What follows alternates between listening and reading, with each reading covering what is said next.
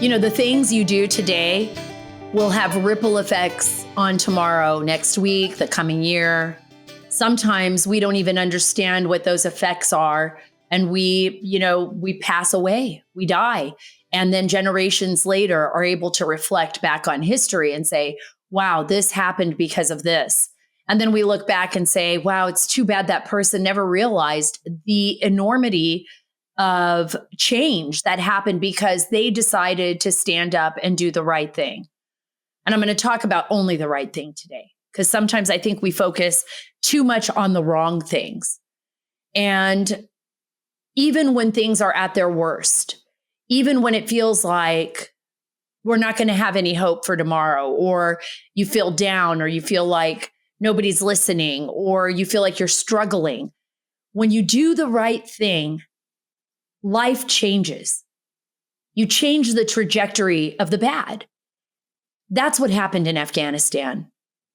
That's what happened when good people, this was whether they were ex-military, ex-intelligence officials, current intelligence officials, current military personnel, senators, other lawmakers, congressional members. I remember Congressman Mike Garcia, Senator Tom Cotton, and Senator Mike Lee, and others who were behind the scenes actually working to save lives, while the Biden administration made the most incredible, most egregious mistake in the history of our country at the time, when it ceded Kabul to terrorists. And we lost 13 amazing Marines, hundreds of people wounded, injured, hundreds killed, hundreds of civilians killed. And the trajectory of the world changed. That trajectory, I believe, the decision made by Biden changed for the worse. I believe it emboldened Russia, it emboldened Iran, it emboldened our enemies. But on the backside is the story that you didn't see, the one that you and I was involved in directly, but the one that the majority of Americans, people around the world didn't see. That was the story of the people behind the scenes that were staying up day and night. Even my friend Simone Ladine, I remember, my gosh, she was up day and night too, working on trying to save civilians. Mary Beth Long, she worked for the Defense Department. She was up day and night trying to save people. And there were others that you never heard of that spent the entire time working with me and others trying to save lives. And I was so blessed because my interpreter, Salim, who worked with me in Afghanistan and who worked with U.S. forces, he and his wife had a baby the day that Kabul fell. They had their little baby boy. And on that day, my life, my choice was, do I find a way to get them out? Or do I just ignore it and move on with my life? And of course, I was never going to do that. I was never going to ignore it.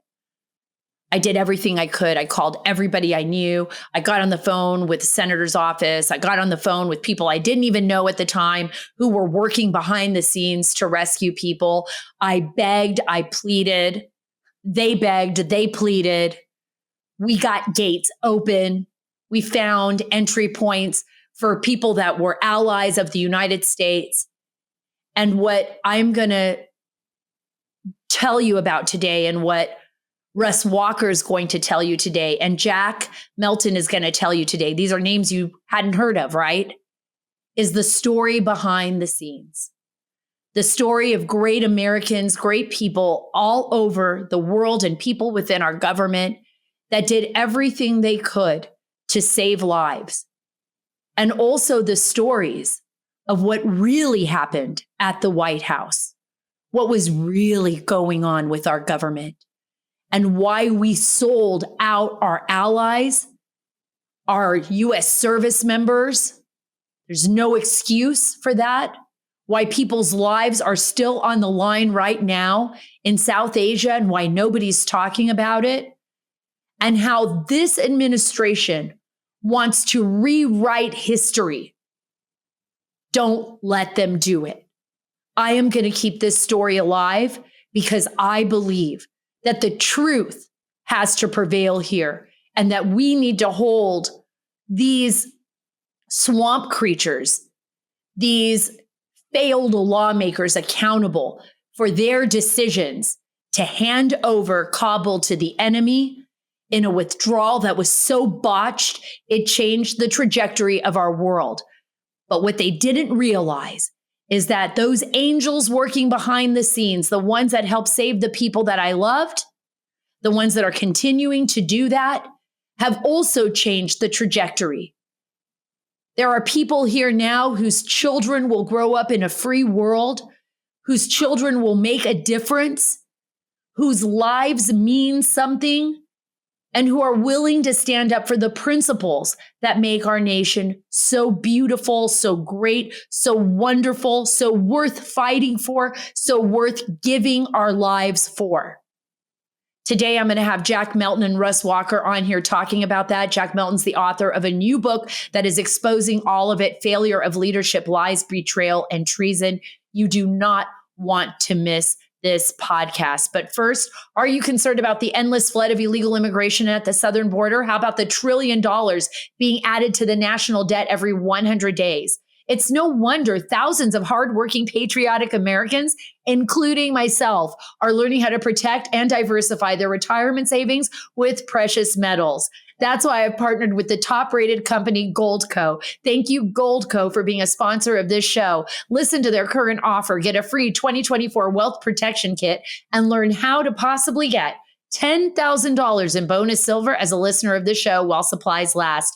I tell you all the time, diversify. It is the most important thing you can do in times as tumultuous as this. Protect your family's financial future and freedom. Get started today at Sara, S-A-R-A, likesgold.com or call 855-823-GOLD. Get your free gold kit from Goldco and learn how to get $10,000 in bonus silver. Sara, likesgold, GOLD.com or 855-823-4653. That's Sara, S-A-R-A, likesgold.com or call 855-823-GOLD. Very happy to have Jack Melton and Russ Walker on the show today. You're the author of the new book, Failure of Leadership, Lies, Betrayal, and Treason, about Afghanistan. Jack, thank you so much for being on the show. And Russ, a contributor to this book, thank you so much for being on the show today. I think Afghanistan was a vital turning point, Jack, in what we're seeing transpire across the globe today. And that's why I'm so focused on this and so grateful for both of you to being here today with me. Well, thank you for having us. I really appreciate it. Oh, yeah. And talk a little bit about that. Let's talk about what happened in Afghanistan. Talk about when you first heard that President Biden was just going to pull out.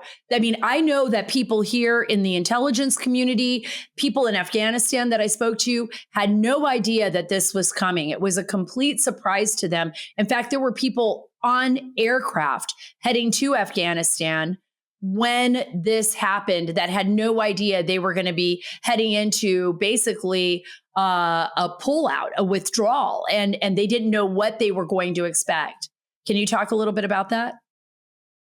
Well, yeah. So I live in Sicily, and Russ and I, my business partner, we've been discussing everything that was going on because we were getting the videos of the withdrawal and people hanging on planes at HKIA. And we saw what was going on, and we were kind of in complete shock.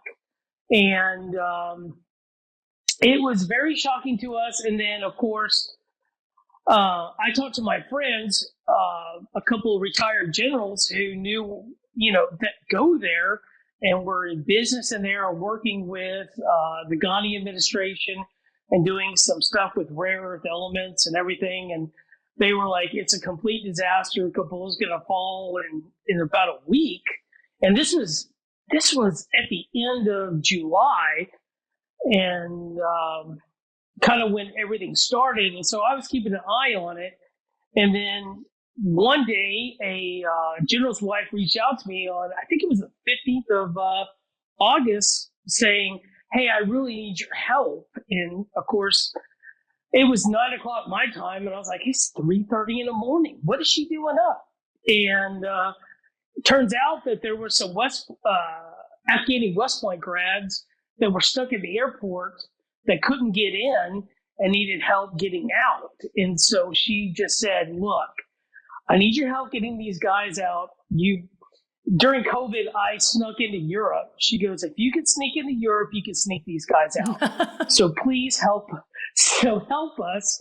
And I said, I'll do whatever you want.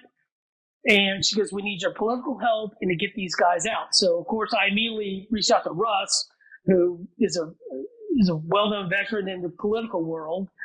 And I reached out to, even if you worked on a campaign, Senate, U.S. Congress, if you worked on the Hill, a staffer, or you were a vendor. I mean, I even reached out to vendors to reach to their clients to help get these people out, because if we didn't get them out, they were going to be killed. Because aside from, they were at the top of the list along with a group of women, Russ can talk about later, who helped do their paperwork and everything, and pilots and everyone else. If we didn't get them out, they were going to be killed along with their families. Russ, talk about that. You know, Jack coming to you and the beginning of that relationship. And I can say I understand exactly how you feel, Jack. I mean, I was going through the same thing at home. I was getting calls from Afghanistan, getting calls from people here, Afghan Americans who were like, my wife is stuck at Kabul University. Can you get her out?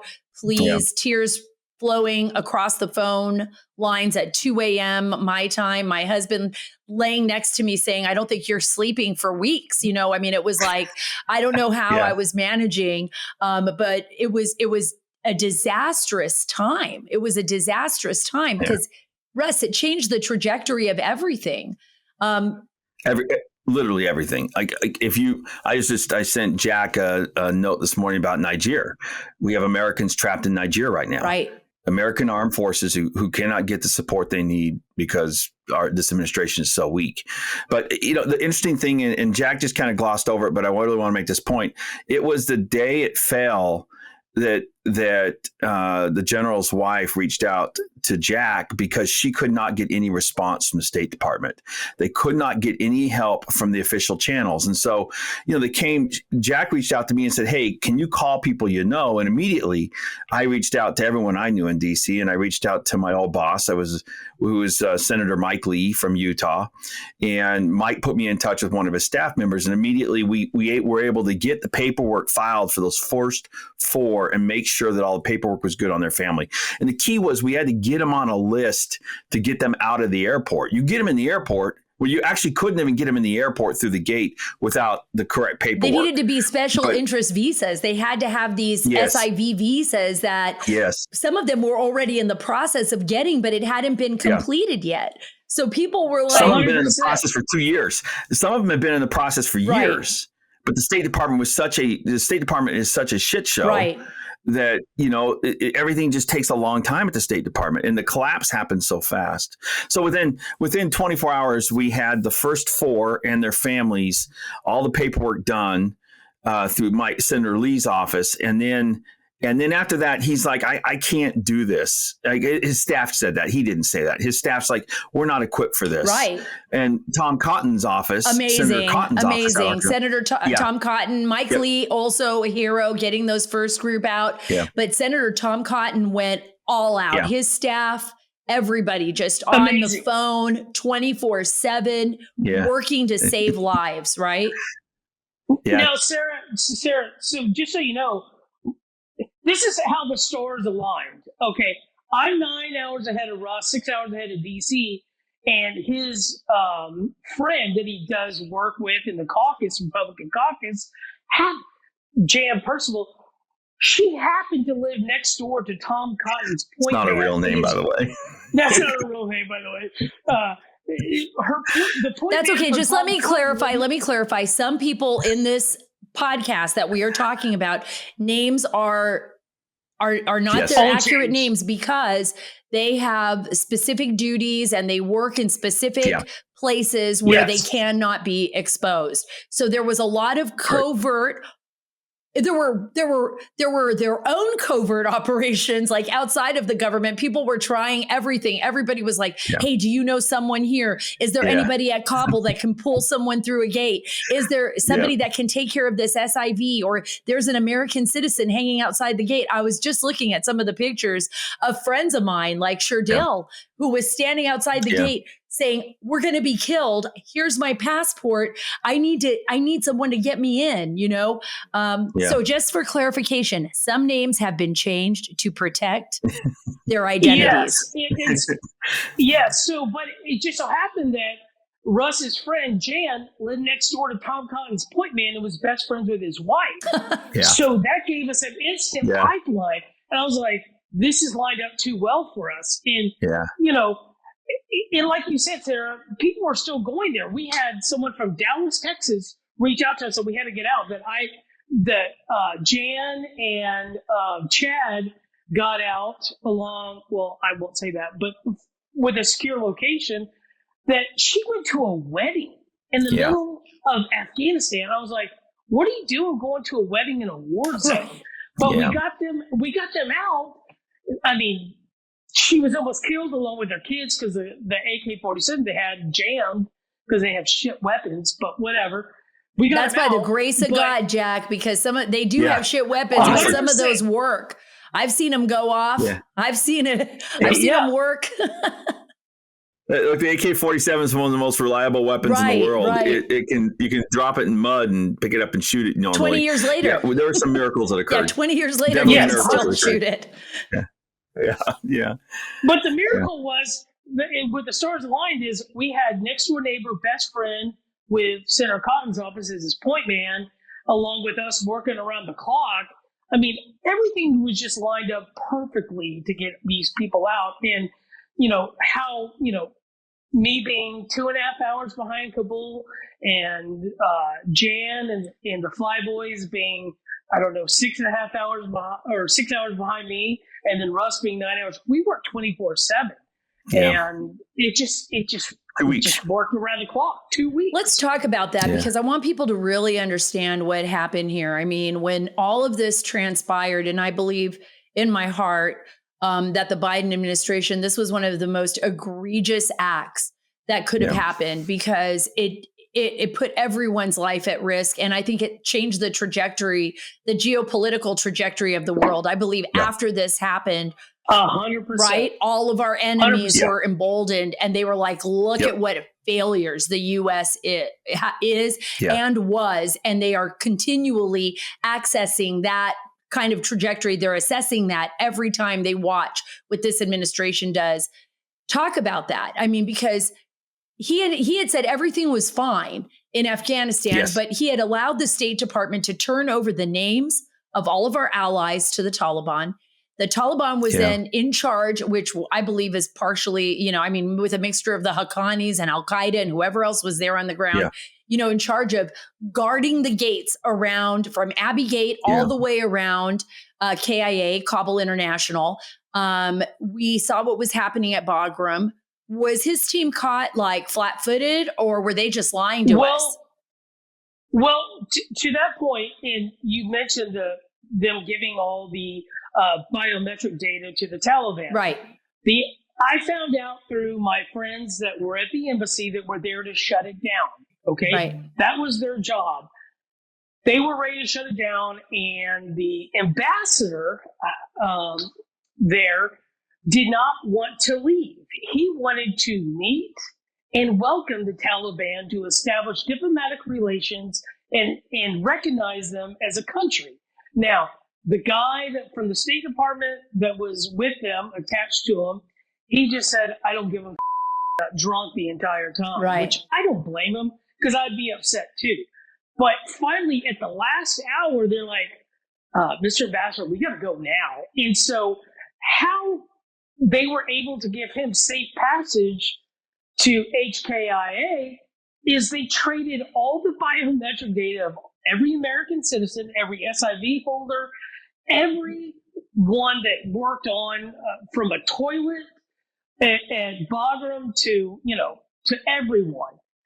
And that's how he got safe passage to the airport. He still took small fire, But that is what they did. They traded. So they trade, and you know this for a fact, Jack. I mean, you know this. Yes, because I know this for a fact because Russ got reached out to by one of the personnel on the ambassador team from Turkey to Russ, and he can explain. And we linked that to Politico or Walpo, I can't remember. Well, what a nightmare! What I got from the person was that because they were requiring that we submit all this information to get the approval on the civ and to get them on the planes, right? Or whatever it was, that paperwork they were completing. I remember to that. Get them on. We had to tell them. We had to drop a pin on where they were located and then show that location on the documentation. And the excuse was initially that they were going to go out and get these people, that they were going to go out, get these people, pick them up. They're going to send teams out and then bring them back to the airport. But then I got word from someone who was in the embassy who reached out to us from Turkey at the time. And that person said, hey, look, that information is being handed over to the Taliban. And we got that confirmed. And then we passed that information on to people we knew in Washington, D.C. and people in Cotton's office and other places. And that word got out to the media. But the problem is what that showed is every single person that was being hunted by the Taliban up to that point. The Taliban now knew where they were hiding, where they were hunkered down. People like your friends, right? And people like all these families we were helping. And the problem with that is they could go get them, they kill them. And it was hard enough to get to the airport. You had essentially checkpoints set up all around the airport. Do you remember when we were having people we got half? So there were about 27 people that you all helped with me get out of Afghanistan. And it was between Senator Tom Cotton's office, the work that you guys were doing on the ground and everything. And then we had other people I remember guiding people on the phone from here, looking at a map on my computer that was sent to me of the base and where gates were. And I'm saying, I've got two phones running at the same time. And I'm saying, where are you at right now? Salim, where are you walking? I'm going past Abbey Gate. I'm going past this. And I'm like, you got to get to the black gate. You need to get to the black gate or you're not going to make it. And, they were walking with their baby.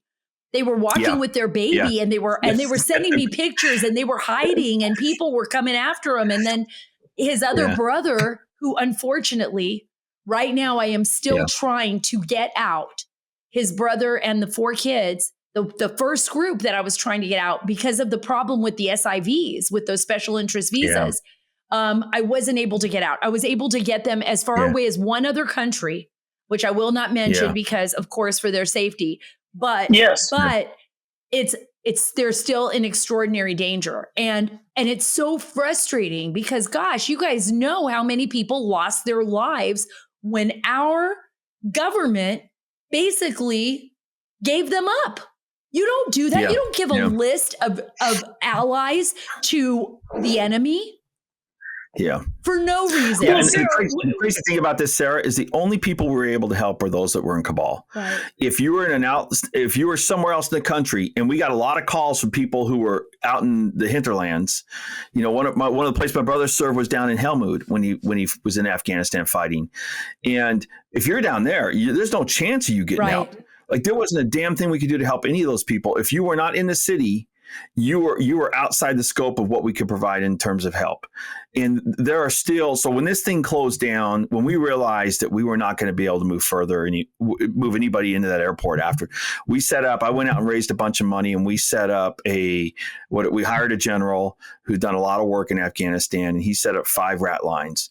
And, we kept those things active until about 4 or 5 months ago. And, we got people out through Iran. We got people out through Pakistan. We got more people out afterwards than we were able to get out during the initial 2 weeks. But it's an enormous amount of work. And there's still, thousands and thousands of people that helped us that we abandoned and left behind. And do you ever hear from them? Do you ever hear from them still? Yes, actually I do, because I actually heard we have an Afghani general that is hiding out in Pakistan right now. And he sent me a text on Signal. I got connected through him through a former CIA officer, and we're trying to get him out. And, this is a guy that Sarah, I almost gave the entire book up to James Comer. I said, I will tell you everything. I'll give you everything. You told his staff. You told his staff that. I told his staff. Yeah. I said, I'll give you everything. And they said, oh, that's wonderful. I said, but I need one thing in return. I need you to make a call to the Pakistani embassy to get this Afghani general out. And he's still in danger. He's been tossed now, 5 times by the Taliban? They're actively hunting him, and no one will get him out. We can't get him out. He's in hiding. Why is that? It's not a priority. Why is that? It's not a priority? Not a priority, or are they trying to keep the truth? They don't want these stories out there, right? I mean, this is a disaster. They're rewriting the truth right now. They're working to gaslight the American public. That's one of the reasons that Jack did the book, and why we felt it was important for us to come forward. Was, they are attempting right now to rewrite all of this history. And to sanitize it. I mean, just watch what they've done with the sniper that was on the wall that identified the terrorists and testified that they had this terrorist. They knew who the terrorist was. They were tracking him. It was more than 24 hours they were tracking this guy, and they could not get the order to shoot. And explain so now, that story so everybody knows what you're talking about. Explain what happened there. All right. So it's in the book, so you got to buy the book to understand why it's happening, failureLeadership.org. But I got a call from the general's son, which might as well be the general. This is like my brother, and he said, look, man, they're coming now. You need to get all your guys off away from the wall. Away from the wall. Yeah. And I sent a message to the guys and like, hey, it's coming now. And they go, where's this coming from? And I mentioned the general's name, and they go, you got it. And they pulled off. I pulled off my people. And this was the Abbey Gate. This is the Abbey Gate incident where the terrorists. Jack, you need to explain who the guys are, because first off, when he says the guys, he's talking about the teams of active duty soldiers that we were working with to get people through the wall. Yes. And so I want everyone to know this is the Abbey Gate incident where 13 Marines were killed. And so many more were injured. It's like 170 civilians. 170 civilians, and so many more injured and living the rest of their lives with these injuries. All because we ceded Kabul to the terrorists. Well, and 100%. And if I knew in Sicily that it was coming, the whole damn world should know. Right. Because literally, I'm in the Mississippi of the Mediterranean. And so if I know, and I relay this to my guys, and they're like, holy shit, okay, we're pulling off. And I notified my groups. I was like, get the hell away, it's coming now. And then, boom, it happened. And of course, I was texting with Ben Miller of Fox News. Right. As I said, look, if we get in trouble, you're going to know everything. And he was like, okay. And I mean, I was getting live numbers through the jock, and I had pictures of the dead and everything. It all could have been prevented. The sniper, the Marine sniper that went on the hill and gave testimony, and I mean, which is painful to watch because the man is tortured. They had eyes on him for a couple days, and he never got the no-go, take him down. Well, there's a reason for that, and it's in the book, and all could have been prevented. I don't give a shit what they say. It could have been prevented. Yeah.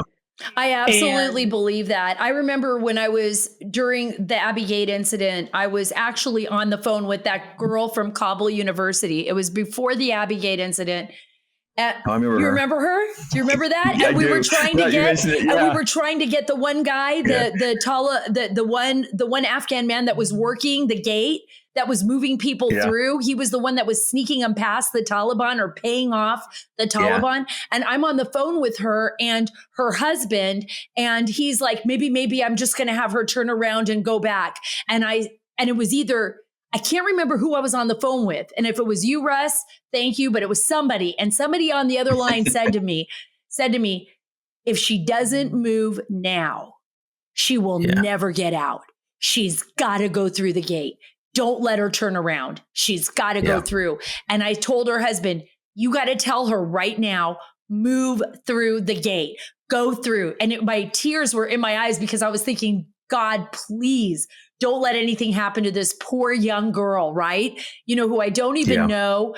And her husband's like, move, go through the gate. He was telling her, in Pashto, move through the gate. And the guy was able to get her through. And I think it was within 15 to 20 minutes, once she made it all the way through Abbey, somebody grabbed her. So crazy. Somebody pulled her into Kia, right? Into Kabul International Airport. Yeah. It was sometime right after that, within 20 minutes or so, the entire gate blows. Yeah. No, but Sarah, you got to remember, without you, and you're not going to like this, but without you and the newborn baby, we wouldn't have got out the thousands that we did. I mean, we got out between 1,700. Yeah. I mean, there's so many people, but you with the newborn baby allowed us a new gate, the Black Gate. That had never been used, which later on, I think it was a Washington Post and New York Times, it turned out was the CIA gate. And I remember Russ and I going, where the hell is this Black Gate? I remember when you called. I remember when I got contacted about that baby, and then I talked to you in my backyard on the phone that day. And I remember calling Jack afterwards and Jan Percival. And I'm like, I don't know how we're going to do this. It was the one that I was like, I've got 4 kids of my own. I did not know how it was going to be possible for us to get a 5-day-old infant. And I think it was probably at day 3 when you called, when we spoke. And I remember talking to the lieutenant on the wall, and we were texting back and forth, and he says, we'll figure it out, or something like that. And, all of a sudden this miracle gate opens, and I'm still thinking there's no way we're going to be able to get this done. I remember I have the text stream. I don't know if I texted you or them, but they said it's going to be 45 minutes to get from their hiding place to the gate where I dropped the pin. And it was, frankly, one of the smoothest, easiest operations of the entire 2 weeks. There was no problems. Nobody accosted them. It was nuts. And that's one of the miracle moments. It really was, because I don't think anybody would have done that had it not been for this beautiful little baby boy, that was trapped outside. And, his father had worked for U.S. forces. He had worked for me. He was an interpreter. He is still very close to me. They just had a little baby girl, the first in their family, born in America. Yeah. It's amazing. He loves this nation. His wife is like... Yeah. So, it's like their lives have been transformed because they have been allowed to come here, and it's actually, for me, one of this moment. And I'm so grateful that you, Russ and Jack, that you guys wrote this amazing book and are able to tell. And I did not know that. You completely surprised me, because I was surprised about the Black Gate too. I was like, there's another gate. We've got to move them around to the other gate. Right. We've got to get through the other gate. And that there were people inside that were willing to say, no, we are going to stand up for the people that stood up for us, and we're going to let them in. And no one's going to stop us until we can't anymore. Yeah. And you guys were the ones that did it. That gets me emotional. It really does. But, the other part of it is hearing that makes me feel good. And they had a baby girl. That's amazing. Yeah. She's just gorgeous. She's just gorgeous. But then you have, when Peter Meyer showed up, it was Seth Melton, and they shut down all operations for 12 hours, 12 to 15 hours. This little girl that I live with her death every day, because I didn't get her out. And because that night, they were 30 minutes away from getting out and getting to freedom and living the life they deserve. They had to go home, and this 9-year-old girl was raped and killed along with her brother. Her mother was raped. Her father was beheaded, because those 2 guys decided to go be John Wayne and go do all the things that they tried to do. And they're in denial of. Peter Meyer says his one regret is, I checked into command and I brought Seth Melton with me. But he doesn't take responsibility for his actions. that had massive effects on everything. That little girl would be alive today Yeah. if it wasn't for his asshole. This is in the book, and this is important. Jack spoke to Congressman Meyer afterwards, like within the last former Congressman Meyer. He's running for Senate now in Michigan, but he spoke with him, and he just he doesn't get it. He's just totally oblivious to the difficulties his actions caused. I think people, and I do believe this.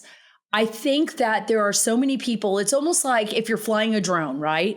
Like if you're not on the ground, like if you don't know the people, if you don't understand what it means to rely on someone, on human intelligence, or on each other, like being in a foxhole together, right? When I was in Afghanistan, I was on the road, as a journalist, I had to put my life I had to put my life in the hands of some of my sources because there was no other way for me to tell the story.